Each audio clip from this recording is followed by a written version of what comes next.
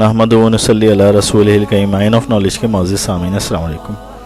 हमारी इस वीडियो में हम सूरज और चांद ग्रहण के मुतालिक बातिल अकायद और तोहमात की हकीकत से आपको आगाह करेंगे कि आया ये ग्रहण के वक्त हामला छुरी इस्तेमाल कर सकती है, सिलाई कर सकती है और खाना पका सकती है या नहीं, और क्या इसके असरात बद औरतों पर पड़ते हैं या नहीं। आइए अपनी इस वीडियो में देखते हैं। सामीन कराम, लोगों में सूरज ग्रहण से मुतालिक कुछ बातिल अकायद पाए जाते हैं।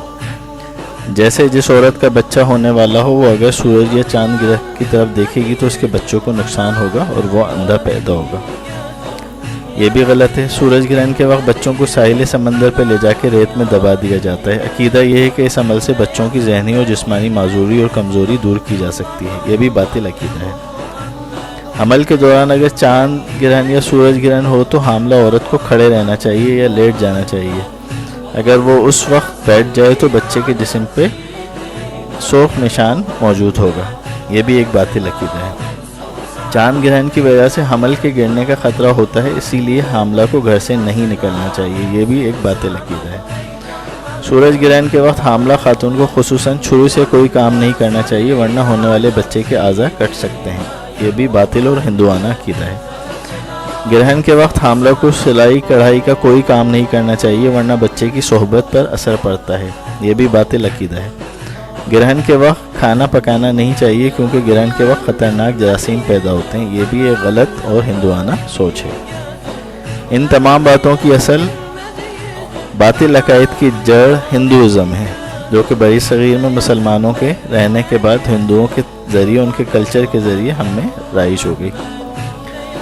हालांकि दुनिया के बाकी इलाकों में भी सूरज चांद ग्रहण से मुतालिक मुख्तलिफ अकायद मौजूद हैं, मगर चूँकि पाकिस्तान, भारत, बांग्लादेश और गिरदो नवा के इलाकों लोगों का माजी में ज़्यादा वक्त बरसगीर में मौजूद हिंदुओं के साथ गुजरा है, तो इसी वजह से आम जाहिल मुसलमानों ने हिंदुओं से इस तरह के बातिल अकायद को अपने अकायद का हिस्सा बना लिया है। खुदारा हिंदुआना जाहिलाना कल्चर से बाहर निकलें और अपना दीन सीखें। इसीलिए इल्म की बहुत ज़्यादा फजीलत रखी गई है और इल्म हासिल करना हर मुसलमान पे फ़र्ज़ है, क्योंकि इल्म हासिल करना इन जाहिलाना बातों पे यकीन करके आपको बाज़ हालात के अंदर कुफर तक मुब्तला कर सकता है। अब आइए असल की तरफ। सूरज और चांद ग्रहण होता क्यों है, ताकि उससे हमारे कंसेप्ट क्लियर हों कि ये क्यों होता है और इसके लिए हमें क्या करना चाहिए इसके दौरान। तो सुन्नत ही हमें प्रोवाइड करती है तमाम गाइडेंस। तो हमें असल जो गाइडेंस लेनी है, रहनुमाई लेनी है, हिंदुओं से नहीं लेनी है, उनके कल्चर से नहीं लेनी है, बल्कि सुन्नत से लेनी है, अहादीस से लेनी है और कुरान से लेनी है। तो नबी करीम सल्लल्लाहु अलैहि वसल्लम फरमाते हैं, सूरज और चांद में किसी की मौत व हयात की वजह से ग्रहण नहीं लगता, बल्कि सूरज चांद अल्लाह ताला की निशानियों में से दो निशानियां हैं। इसीलिए जब तुम उनको ग्रहण लगा हुआ देखो तो अल्लाह को याद करो और नमाज पढ़ो।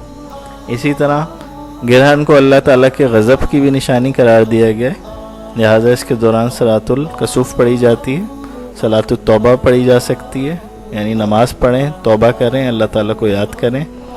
इंशाअल्लाह अज़्ज़ा वजल अल्लाह ताला तमाम परेशानियों से निजात दे देगा और हमें माफ़ फरमा देगा।